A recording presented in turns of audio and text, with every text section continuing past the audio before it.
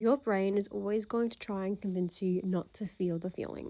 Let me tell you what. I was feeling emotion this afternoon and tonight, all about letting go of this version of me that didn't know how to want things and feared that I couldn't hold it all together because I thought it was my responsibility to do so. I'm currently learning that it is not my responsibility to do so. And even though I consciously know that it's not my responsibility, that awareness, that consciousness, those thoughts were, well, obviously you aren't responsible for all these things. Obviously, it's not what you're meant to do. Those thoughts were trying to get in the way of me feeling what I needed to feel.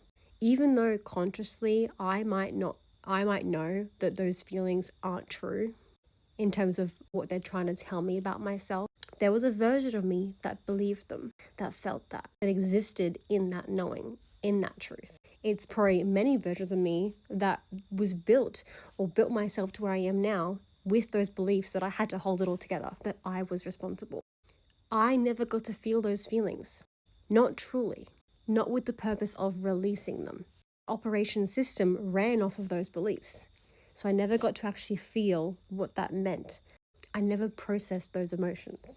So they stayed stuck. So they stayed a part of me for a very long time. And even though consciously I know that they aren't true to who I am and who I'm becoming, that process was disrupted, that feeling process, which would inevitably get me to a point of embodying and realizing that of course I'm not responsible for holding it all together. And of course I'm allowed to want the things that I want.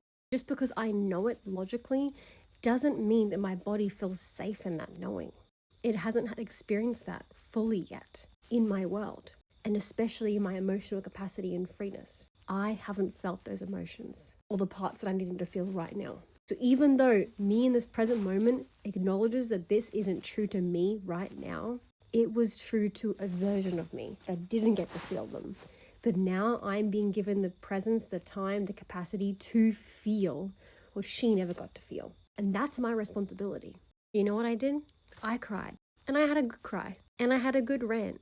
And even though I didn't believe and know logically that all the things I was saying wasn't entirely true about how I feel about myself now, I still needed to feel and express those feelings to initiate that release, to initiate that processing of them. So my advice is for you, next time you feel feelings coming up, and even though you know they aren't relevant or true to you now, there's a version of you that suppressed those feelings and never got to feel them.